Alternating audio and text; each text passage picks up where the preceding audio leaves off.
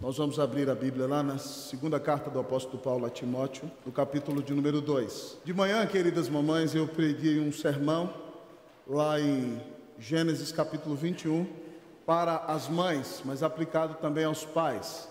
O tema do sermão foi: Mãe, vença as suas crises. Nós vimos como Deus livrou Agar e seu filho no deserto. Então, se você quiser ouvir esse sermão, mamãe, entre lá no Face da Unida, você vê o culto no dia de hoje. E na terça, o sermão de domingo de manhã já está no YouTube da nossa igreja, na terça-noite, certo? Então, agora à noite eu vou pregar um sermão para toda a igreja. E nós vamos ler segunda carta do apóstolo Paulo a Timóteo, capítulo de número 2. Nós leremos somente um versículo de número 15. De manhã eu expus um texto maior, agora a exposição se dará num texto menor. Quem encontrou pode dizer achei. Que bom. Vamos ler então. Eu lerei uma vez o versículo, você lerá a segunda vez e talvez na terceira vez, para ficar bem na mente, nós vamos falar decor, memorizar. Então vamos lá, eu lerei a primeira vez, você segunda vez, terceira vez, todo mundo junto. Procura apresentar-te a Deus aprovado como obreiro que não tem do que se envergonhar, que maneja bem a palavra da verdade. Vocês.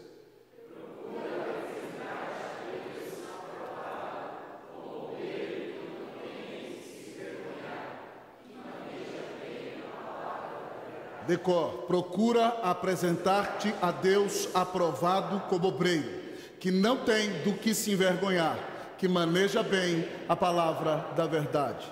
Amantíssimo Senhor, esse é um mandato, Deus, ó Pai, para Timóteo como pastor, para nós pastores aqui presentes, ó Deus, mas nós acreditamos, Senhor, que todo cristão, ó Deus, ó Pai, foi chamado para representar o Senhor. E essa palavra então tem uma aplicação útil para a vida, ó Deus, de cada um dos irmãos e irmãs que aqui estão, que são, ó Pai, representantes do Senhor neste mundo, que são cidadãos do reino de Deus, que levam o Evangelho em suas bocas, Deus, e dão uma vida de testemunho como presente a este mundo que tanto carece da graça de Deus. Agora, Deus bendito, eu quero te pedir que o Senhor, Deus, venha quebrantar o nosso coração por meio da exposição das Escrituras, que o Senhor exalte, ó Pai, o nome de Teu Filho Jesus Cristo, que toda a glória seja dada somente a Ti nesta noite, que o Teu Divino Espírito, Senhor, venha, ó Deus, iluminar a nossa mente e aquecer o nosso coração, enquanto ouvimos as Escrituras, e que daqui saiamos, ó Deus, para ser uma bênção, neste mundo que tanto carece da Tua graça, do Teu amor, da Tua bondade, da Tua misericórdia. Ó Deus, tem misericórdia desta igreja. Temos orado por um reavivamento espiritual, por reforma genuinamente bíblica. Ó Deus, continua a salvar muito povo aqui, a trazer o povo para Te adorar. E ó Deus, permite que essa igreja seja uma bênção para os que aqui estão, mas para São Paulo, para o Brasil e para o mundo inteiro. Fala na nossa alma e ó Deus, edifica o nosso coração. Nós Te imploramos em nome de Jesus. Amém. A igreja pode sentar-se.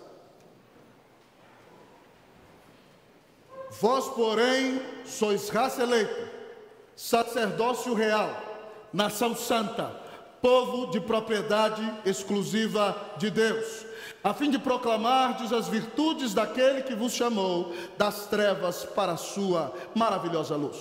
Pedro, a uma igreja perseguida, apresenta uma identidade maravilhosa, amados irmãos, dizendo que nós somos raça eleita, mas ele diz que nós somos sacerdócio real. Eu não sei se você já parou para pensar, mas você é um sacerdote do Rei Jesus. Você é um representante do Senhor Jesus neste mundo. O sacerdote o que fazia? Ele representava o povo na presença de Deus na hora de oferecer sacrifícios. Mas ele também era um representante do Senhor no meio do povo. E eu e você somos sacerdotes neste mundo, amados irmãos. É por isso que nós não temos confissão auricular nas igrejas protestantes. E Lutero ressaltou tão bem, à época da Reforma, essa doutrina maravilhosa do sacerdócio universal de todos os crentes. Então você é um sacerdote, você é uma bênção. Por isso você pode anunciar o Evangelho e fazer a diferença neste mundo para a glória e honra do nome de Jesus. Tendo posto então que todos nós somos sacerdotes, obreiros e missionários do Senhor neste mundo, se o Senhor Jesus aparecesse aqui em carne diante dos nossos olhos e fosse fazer uma avaliação de cada um de nós no exercício do nosso sacerdócio universal, qual a avaliação o Senhor Jesus faria a seu respeito?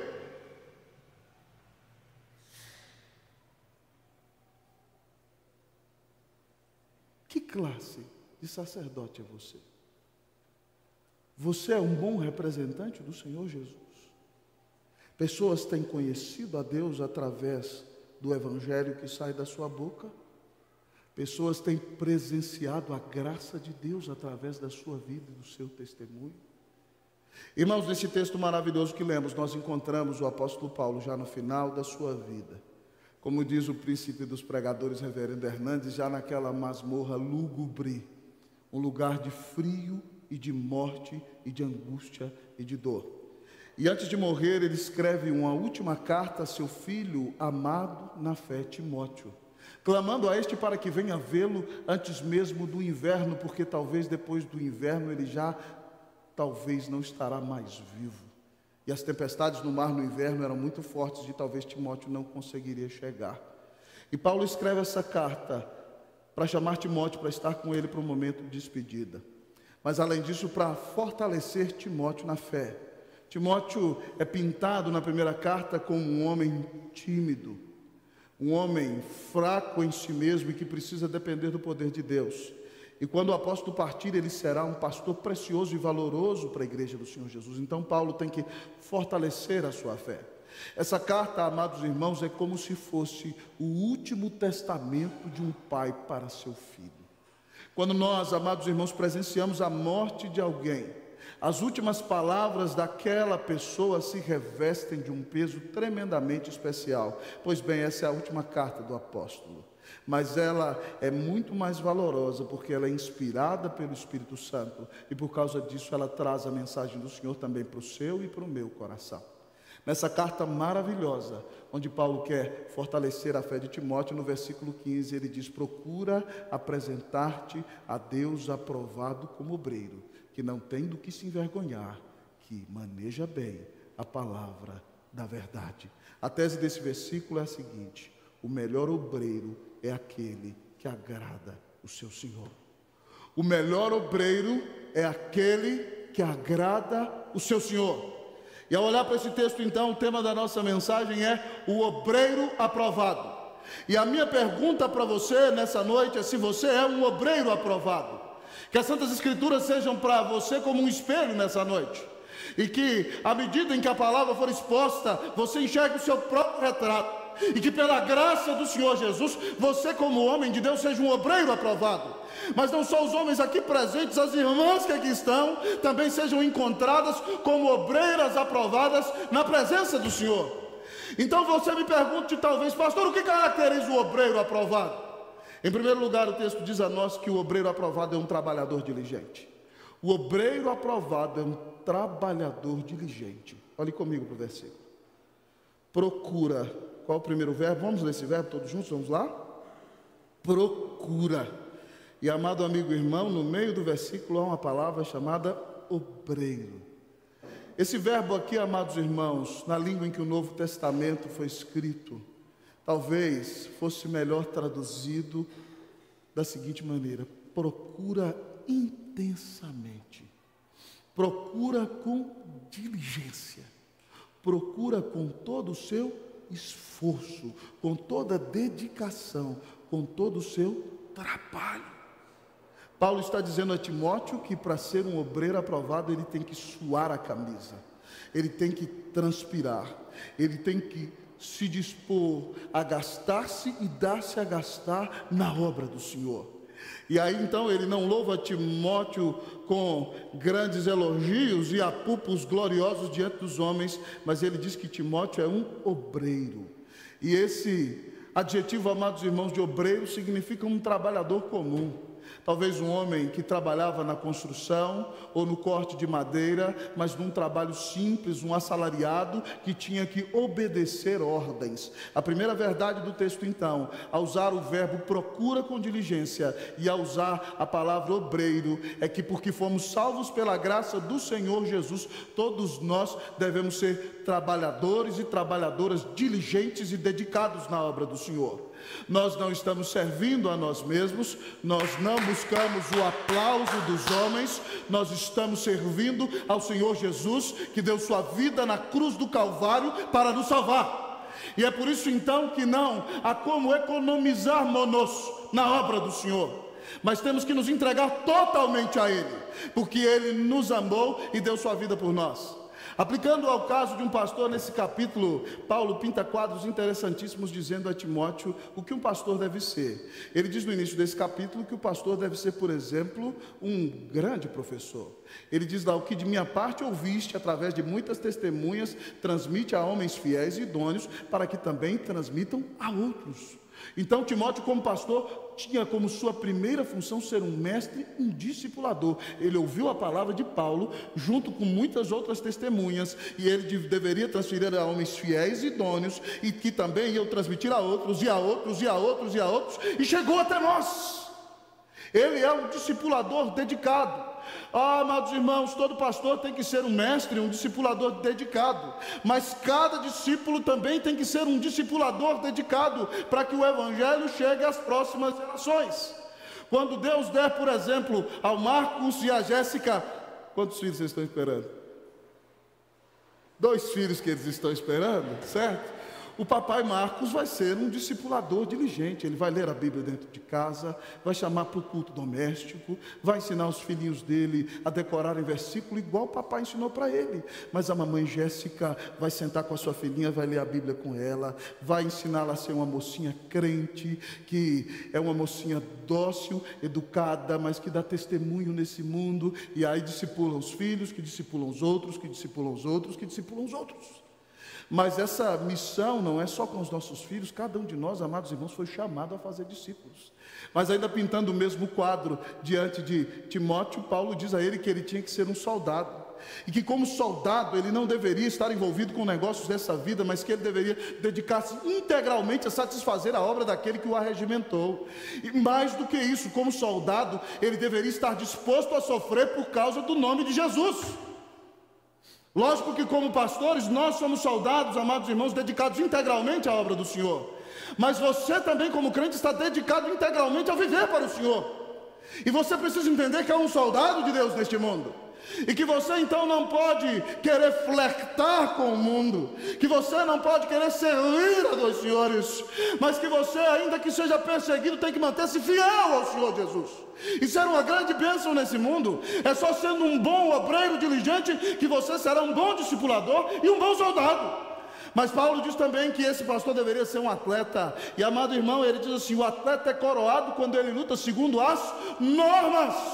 Timóteo, não fuja da palavra. Eu e você somos atletas na nossa vida cristã, irmãos, e nós corremos a carreira da vida cristã, e nós seremos vitoriosos se formos salvos pela graça, por meio do evangelho, mas se continuarmos firmes, caminhando com o Senhor até o final. Eu me lembro quando menino, nas Olimpíadas do ano de 1988, Ben Johnson bateu o recorde dos 100 metros rasos. A gente tinha ficado louco com aquele canadense. Lá na rua que a gente morava, a gente saía correndo entre os meninos, dizia: eu sou Ben Johnson, eu sou Ben Johnson, eu sou Ben Johnson. Todo mundo dizia: eu vou correr 100 metros em 11 segundos.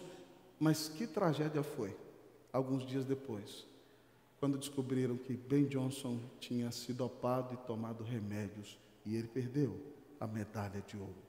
Ele deixou de ser reconhecido porque não lutou segundo as regras. Cristão, ame a palavra, leia a palavra, viva a palavra, para a glória e honra do nome de Jesus. Mas outro quadro que Paulo pinta para Timóteo, dizendo que o pastor era um lavrador. E lavrador, irmão, trabalha muito. Eu sou neto de lavradores. Eles têm que arar a terra, eles têm que adubar a terra, eles têm que semear, e não havia essas grandes técnicas de agricultura moderna e mecanizada que há no Brasil nos dias de hoje. O cidadão arava a terra ali com o seu boizinho, ali com arado, terra dura, e tinha que aguar a terra, tinha que colocar ali o esterco dos animais, tinha que lançar semente, tinha que esperar Deus mandar chuva. Mas ele diz que depois de tanto trabalho, o lavrador tinha o direito de ser o primeiro a participar dos frutos. E você também, meu irmão, ainda que não seja pastor, você é um lavrador do Evangelho. E se você planta a semente do Evangelho, para a glória e honra do nome do Senhor Jesus, o Senhor vai te dar a bênção de colher frutos, para a glória e honra do nome de Jesus. Amém, meu irmão? Que bênção maravilhosa é ser usado para que alguém seja convertido ao Senhor. Que privilégio precioso é você pregar o Evangelho e ver seu amigo sendo convertido. Você convidá-lo à igreja e ver o Espírito Santo visitando aquela pessoa com convicção de pecado, e então ressuscitando-a na alma, abrindo seus olhos, e ela crê em Cristo e é transformada. Que privilégio maravilhoso é trabalhar para o Senhor. Então eu e você que aqui estamos precisamos ser obreiros diligentes. Você precisa entender que desde o momento em que você se converteu, a sua vida não é sua. Você já não se pertence mais. Você agora não pode viver para agradar a sua carne. Você tem que viver única e exclusivamente para a glória do seu Deus. Porque Cristo Jesus deu a vida na cruz por você. Para quem você tem vivido?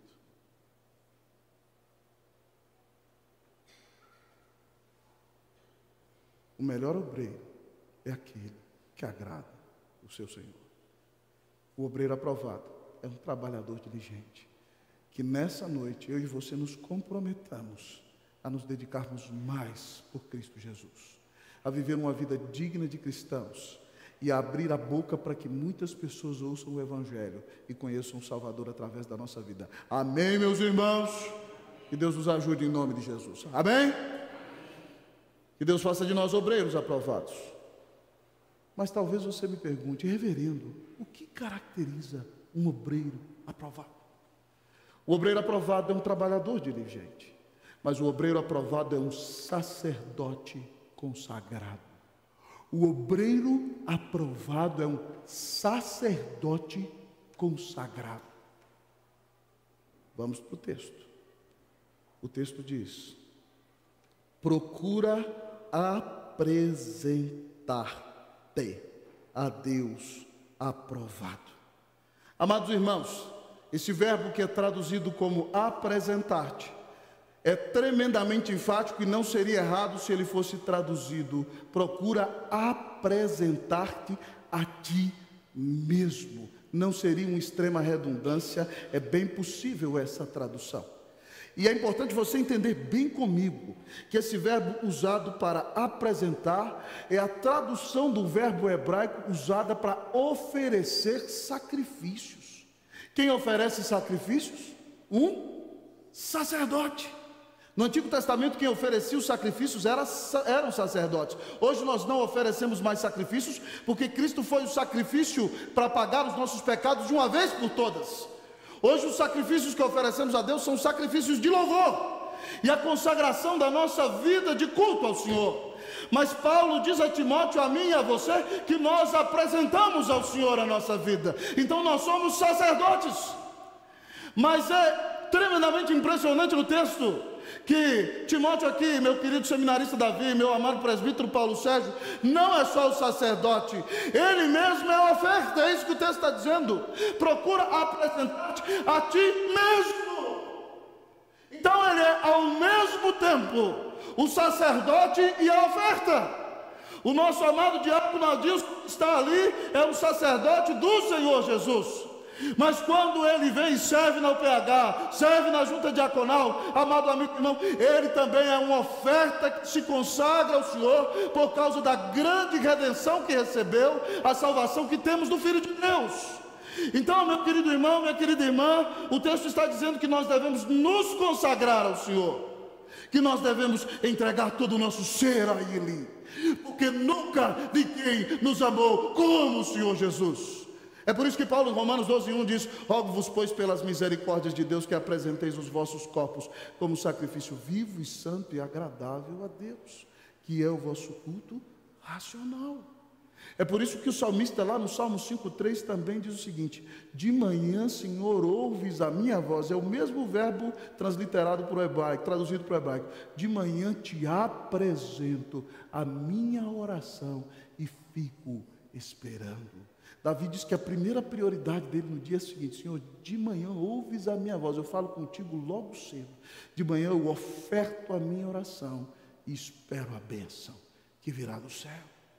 Nós temos, irmãos, que oferecer a nossa vida, o melhor do nosso tempo, o melhor dos nossos pensamentos, cada instante, cada momento, o melhor dos nossos intentos, no dia de alegria e no dia de tormento, tem que ser dado ao grande Salvador que deu sua vida na cruz, por amor de nós. Você é um sacerdote consagrado? Você é uma sacerdotisa consagrada, minha querida irmã? Irmãos, nesse mundo, uma das coisas que mais acontece é receber conselho, né? Tem até um ditado lá nas minhas Minas Gerais que diz o seguinte: quem não ouve conselho, ouve coitado. Um provérbio fica mais bonito: na multidão de conselheiros está a sabedoria. Todos nós ouvimos conselhos. Um dos melhores conselhos que eu já recebi, irmãos, sabe qual foi? Foi o seguinte: filho, o segredo é a oração. Quando eu fui ordenado lá no Presbitério Noroeste de Minas, eu ia para um grande desafio no Chile. A igreja presbiteriana chilena, abençoadíssima, mas influenciada pelo liberalismo ético e pelo liberalismo teológico. E um pastor mais velho me puxou do lado e falou assim: filho, o segredo é a oração. E aí, amados irmãos, nas grandes lutas lá em Santiago, nos grandes desafios de estar em outro contexto, outro país, outra realidade, porque quem nunca teve reavivamento não quer experimentar reavivamento, e muitas vezes, amado irmão, o gelo e a frieza da igreja venha de dentro e não de fora. E lá no nosso apartamento tinha o quartinho do meio, em que muitas vezes eu me trancava ali, e aí tinha dias que derramava as minhas lágrimas, e Cleuzinha na porta: tá tudo bem, meu amor, tá tudo bem, minha filha. Mas ali, amados irmãos, muita coisa foi gerada nos joelhos. Depois eu aprendi que eu podia chorar junto com ela, e chamei ela para dentro, e ela orava lá dentro comigo. Louvado seja o nome do Senhor. Mas eu era mineiro, né? Cabra macho, né, reverendo Zé Maurício? Mulher não pode ver a gente chorando. Mas depois ela aprendeu a ver o marido chorar muitas vezes, e chorou comigo. E quantas bênçãos, irmãos, Deus derramou sobre nós, porque nós derramamos a nossa oração e a nossa vida na presença do Senhor. Então, meu querido irmão, nessa noite a palavra do Senhor chama você a ser um sacerdote consagrado. Cristo ofereceu o sacrifício de uma vez por todas na cruz para pagar os teus pecados. Se você crê no Senhor Jesus, você é perdoado, é justificado, é lavado, é reconciliado com Deus. Então, se você foi objeto de um amor tão imenso, como você não vai se dedicar para esse Senhor maravilhoso? Então, se você entendeu que Cristo te amou, como não dedicar tempo para falar com Ele? Como não separar tempo, talvez logo de manhã, para ler a sua Bíblia, para orar e para ter comunhão íntima com o Senhor? Como não separar tempo? Como não viver uma vida para a glória de Deus, entendendo que Deus te colocou nesse mundo para ser um representante do Senhor, e não só como um saqueador, um consumista que recebe tudo desse mundo e vivendo para si, mas você está nessa cidade, amados irmãos, da qual muitas pessoas falam mal, mas essa cidade é preciosa. E Deus te colocou aqui para representar o Senhor Jesus. A esperança de São Paulo, amados irmãos, é a igreja de Jesus. A esperança do Brasil não está nos seus políticos, mas está no Evangelho do Senhor. Eu e você, amados irmãos, somos as pessoas que Deus vai usar. Mas se nós não consagrarmos a nossa vida a Ele, que esperança haverá para a nossa cidade? Nós temos que dedicar a nossa vida totalmente ao nosso Senhor. Isso começa no relacionamento íntimo e pessoal com Ele. Começa na maneira como nós nos relacionamos com as pessoas dentro da nossa própria casa, como nós nos portamos na igreja e como vivemos neste mundo. Pastor, talvez você diga: eu tenho dificuldade de ter uma vida devocional. Vou contar para você um segredo de um presbítero amigo lá de Concepción, presbítero Daniel Contesse, filho do reverendo Daniel Contesse, que foi pastor da primeira de Santiago. Eu fui pregar em Concepción, no sul do Chile, e aquele presbítero é um exímio teólogo, e ele dizia para mim assim: pastor, eu tinha muita dificuldade de fazer devocional. Mas aí, pastor, uma das coisas que eu mais gosto de fazer é tomar café da manhã. E aí eu fiz o seguinte, eu fiz um voto a Deus. Eu falei que eu nunca ia tomar café da manhã antes de ler a Bíblia e orar. E aí não tinha jeito, pastor, porque se eu tomasse café da manhã sem ler a Bíblia e orar, Deus ia pesar a mão dele sobre mim. Então, eu nunca mais na minha vida, ele me dizia, aquela época, que já fazem mais de 15 anos, tem mais de 20 anos, pastor, que eu não tomo café da manhã, se eu não tiver lido a Bíblia e não tiver orado. Bênção maravilhosa, cada um tem seu jeito, cada um tem que saber se virar nos 30, no bom sentido, não é verdade? Então, meu irmão, busque a Deus, ame a Deus, consagre a sua vida a Deus, que você seja uma bênção em nome de Jesus, amém. O melhor obreiro é aquele que agrada o seu Senhor. O obreiro aprovado é um trabalhador diligente, é um sacerdote consagrado, mas também diz o nosso texto, é um homem honrado. O obreiro aprovado é um homem honrado. Vamos para o versículo que é precioso para nós. Diz aí: procura apresentar-te a Deus aprovado como obreiro, que não tem de que se envergonhar. Até aqui, faça a mesma leitura que eu fiz. Vamos lá? 1, 2, 3, com alegria. Vamos lá? Procura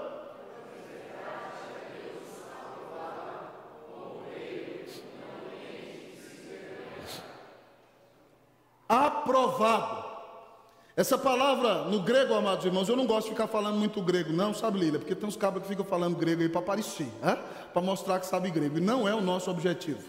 Mas eu quero falar essa palavra, porque ela é muito preciosa. Essa palavra no grego é dokimos, e essa palavra era a palavra usada porque no mundo antigo havia muitas moedas falsas. Então, todas as vezes que alguém que tinha a responsabilidade de avaliar moedas comparava uma moeda verdadeira, aquela que tinha efígie de César, com a moeda falsa, vendo o peso também das mesmas, quando a moeda era aprovada, então ele dizia dokimos, e aí era colocado um selo dizendo dokimos.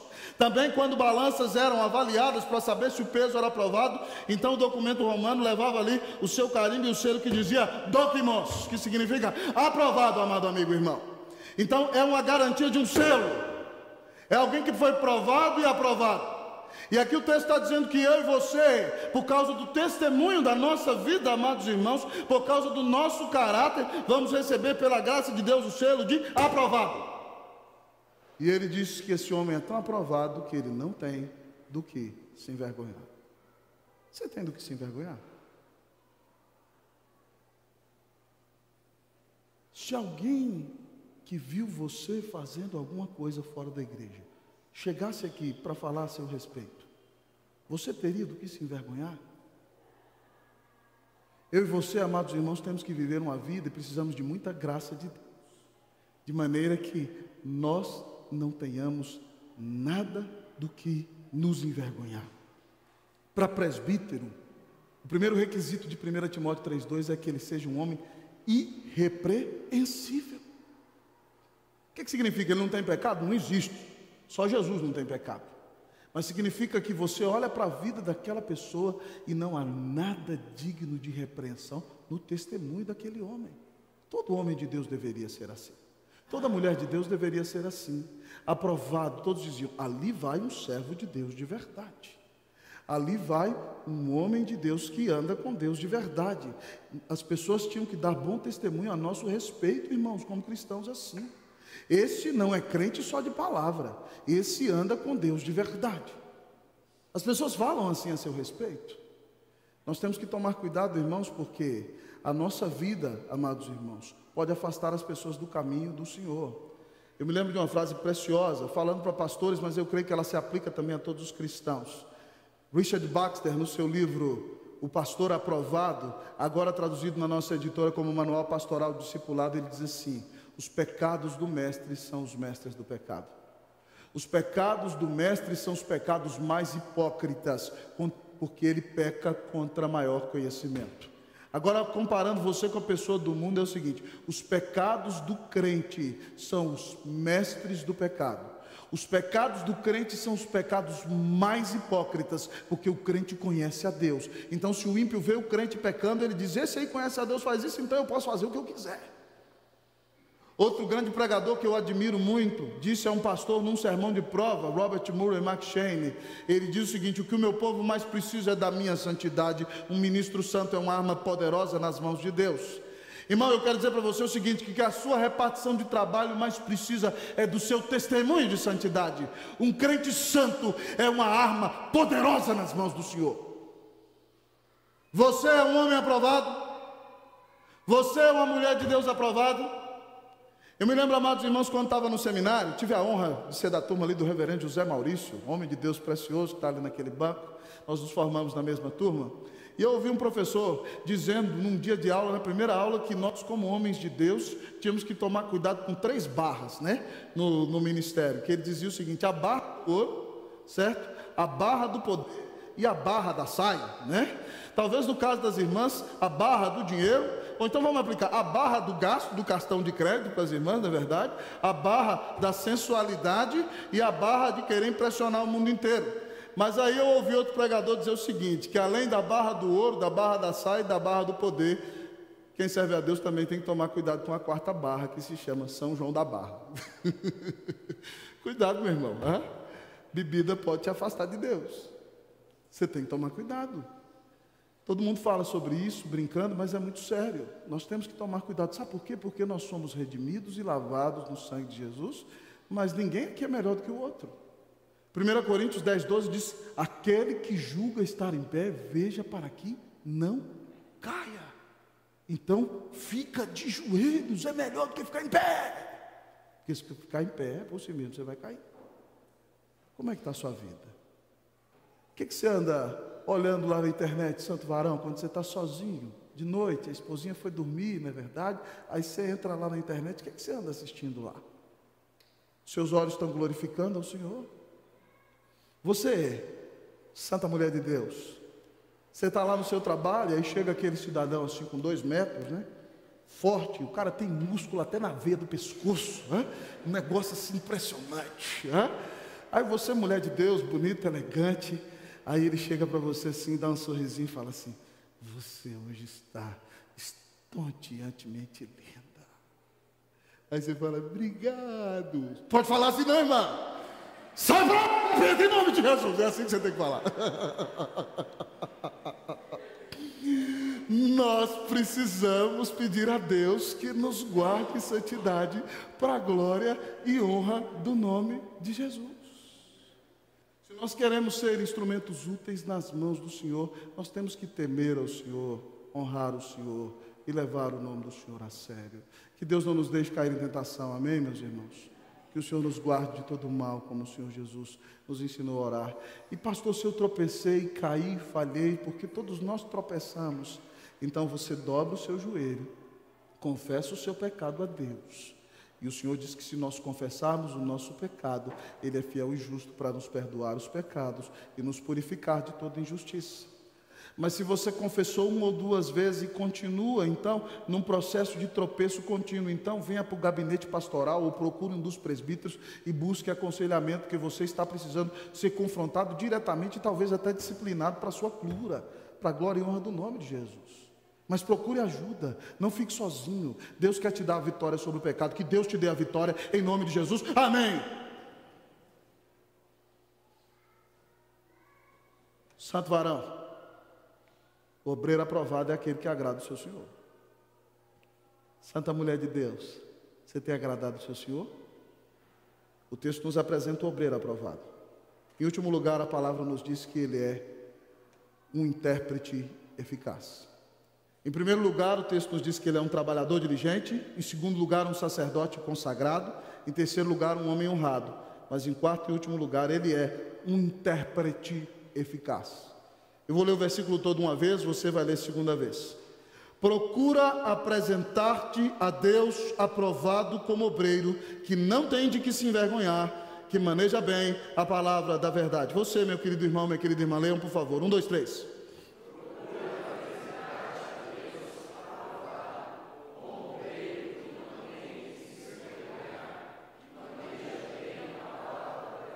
Amado irmão, a ideia de manejar aqui, talvez você pense, nossa, ele luta como uma espada, não é verdade? Mas essa palavra, na língua em que o Novo Testamento foi escrito, significa literalmente cortar reto. Nós não sabemos, e os melhores comentaristas dizem que talvez esse sentido se perdeu, se era cortar, a ideia de cortar reto pedra, ou cortar madeira certa e alinhada para encaixar em algum lugar. mas ainda sem saber o que era para ser cortado reto, o sentido da mensagem não foi perdido. Paulo diz para Timóteo como pastor, mas cada um de nós como obreiros e sacerdotes do Senhor, que nós temos que manejar bem a palavra da verdade. A palavra da verdade é a Santa Escritura. Isso significa então que na hora certa nós temos que saber cortar a determinada porção da Escritura para o momento exigido e aplicá-la da maneira correta.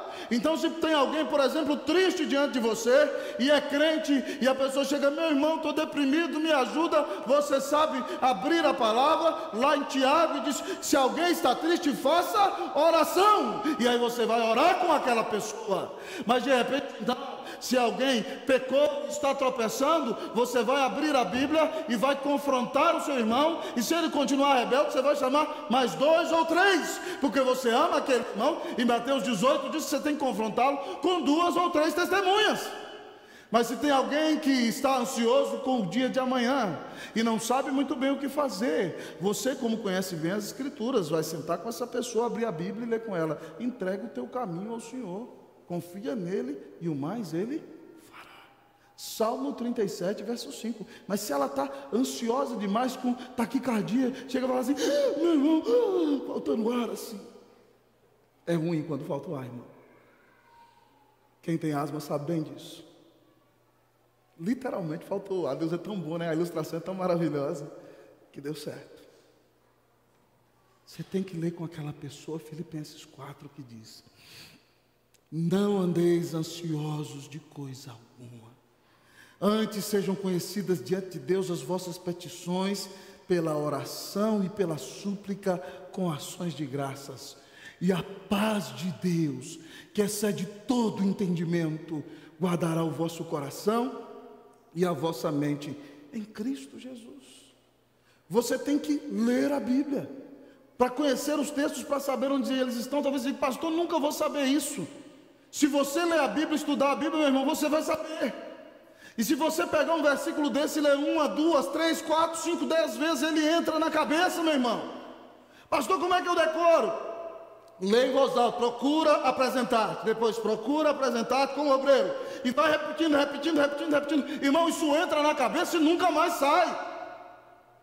E aí então, quando você precisa, amado irmão, da palavra de Deus para te abençoar, você é usado para a glória de Deus. Aí de repente você vai no centro de São Paulo, e aí você está indo de manhã, naquele trânsito, atrasado, e um colega seu ali, e de repente então o carro vem te dar uma fechada, e aí você fala: céu!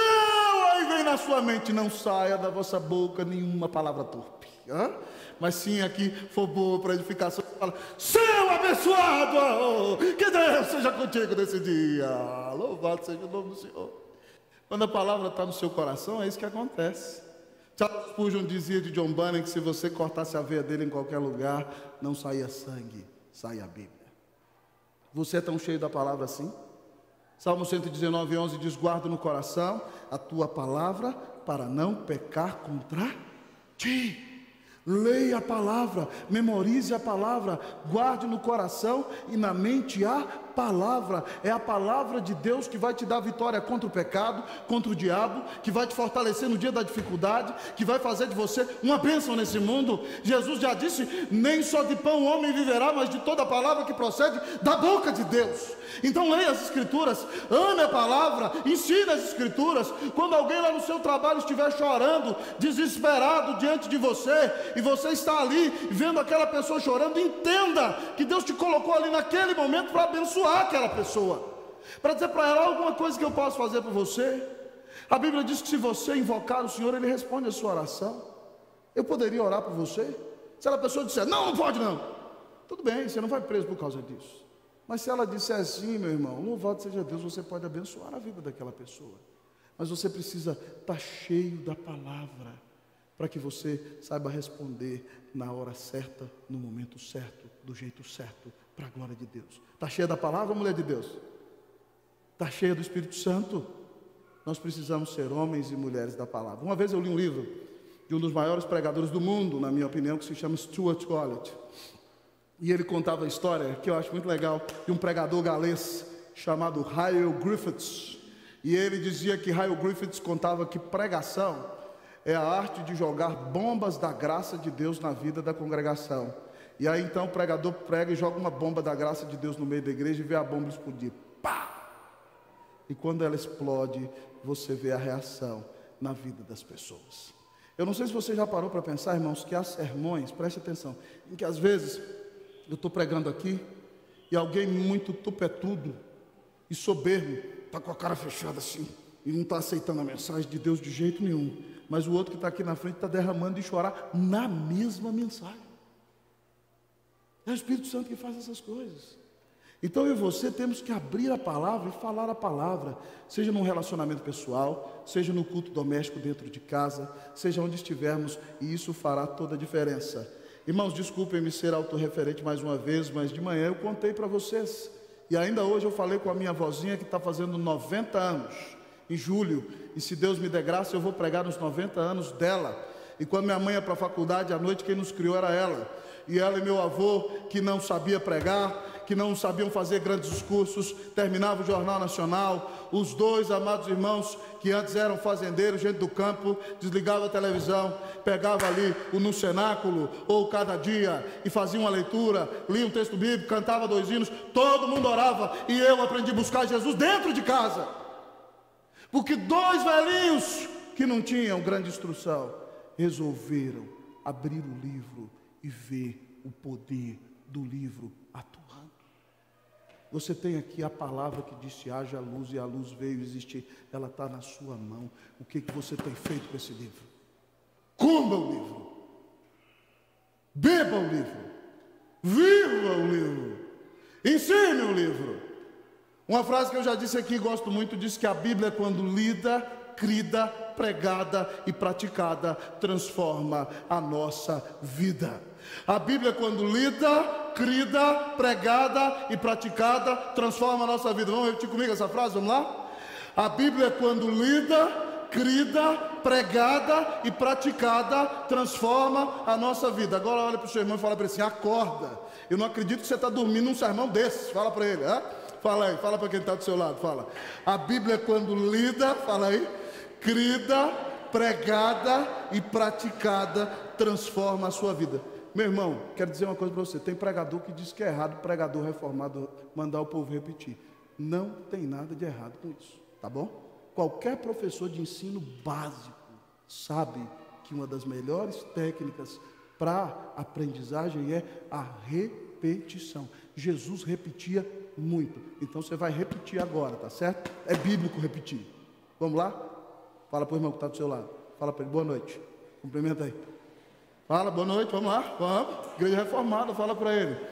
Fala para ele, a Bíblia, quando lida, crida, pregada e praticada, transforma a sua vida. Fala para ele, vá ler a Bíblia. Se converte em nome de Jesus. Irmãos, louvado seja Deus. Que Deus faça de nós intérpretes eficazes, que nós ensinemos nossos filhos, nossos amigos, que vejamos o poder da palavra de Deus atuando nessa igreja em nossa vida, para a glória e honra do nome de Jesus. Eu não sei, irmão, se eu vou chegar a 40 anos de ministério. Estou no 18º ano de pastorado. Mas reverendo José Cid, José Maurício, se Deus me der essa bênção, eu penso talvez com 40 anos de ministério, eu talvez queira escrever um livro. E talvez o tema do meu livro seria Cruz e Glória. Glória e cruz. Eu escreveria sobre o tema entre a cruz e a glória. Porque a vida pastoral literalmente é uma vida de cruz e de glória. Você vive os momentos de maior crucificação e angústia que existem no mundo no ministério pastoral. Mas você vive os momentos mais gloriosos e apoteóticos que alguém pode viver nesse mundo no ministério pastoral. Mas eu quero dizer para você que isso não é um privilégio só de pastor. Isso é privilégio de qualquer cristão. Porque nesse mundo você precisa crucificar a si mesmo. Mas se você já creu em Cristo, já experimenta a glória no seu coração aqui. E você terá glória no dia final, quando você encontrar o Senhor e tiver o privilégio de vê-lo face a face. Paulo diz nessa mesma carta a seu filho Timóteo: completei a carreira, certo? Como é que ele diz? Como é que é? Combati o bom combate, completei a carreira, guardei a fé. Eu espero que você possa dizer isso todos os dias. Que você não diga, como muitos cristãos andam dizendo por aí: combati o mau combate, saí na carreira e perdi a fé. Que você diga: combati o bom combate, completei a carreira e guardei a fé. Já agora a coroa da justiça me está preparada pelo meu reto juiz, que me dará naquele dia. Creia em Jesus Cristo e você será salvo. E você que já é salvo, que Deus faça de você um obreiro aprovado, um trabalhador diligente, um sacerdote consagrado, um homem e uma mulher honrados, um intérprete eficaz. Que Deus faça de nós homens e mulheres aprovados, em nome de Jesus. Amém. Vamos orar ao nosso Deus. Quero pedir ao nosso presbítero Humberto para se colocar de pé e nos conduzir a Deus nessa oração. Oremos com o nosso presbítero Humberto. Peça a Deus, presbítero, que faça de nós obreiros aprovados e grandes bênçãos na mão de Cristo Jesus, nesta igreja e nessa cidade. Vamos orar ao Senhor. Logo em seguida, a igreja vai cantar com a equipe de louvor o cântico Descansarei. Oremos ao Senhor. Santo Deus e Pai, depois que acabamos de ouvir esta mensagem, Senhor, que sacudiu o nosso coração, nós só temos que pedir a Ti, Senhor, que nós possamos nos apresentar aprovados diante de Ti. Aprovados na nossa vida em família, Senhor. Aprovados na nossa vida, no nosso trabalho cotidiano, junto àqueles que estão conosco no dia a dia das nossas vidas, no comércio, em todo e qualquer lugar, Senhor, que as pessoas possam olhar em nós e ver Cristo Jesus na nossa face, Senhor. Permita que isso aconteça, Senhor. Dá-nos esta graça. Abençoe o pastor, fortalece a sua vida, fortalece a sua saúde. Cuida dele, Senhor. Ele é precioso para nós, ele é precioso para a tua igreja. Abençoa, Senhor, a cada crente aqui presente e que nós possamos sair daqui diferentes, fortalecidos pela graça que temos e que nos dá, Senhor Jesus. Em nome dele é que nós oramos. Amém, Senhor. Amém.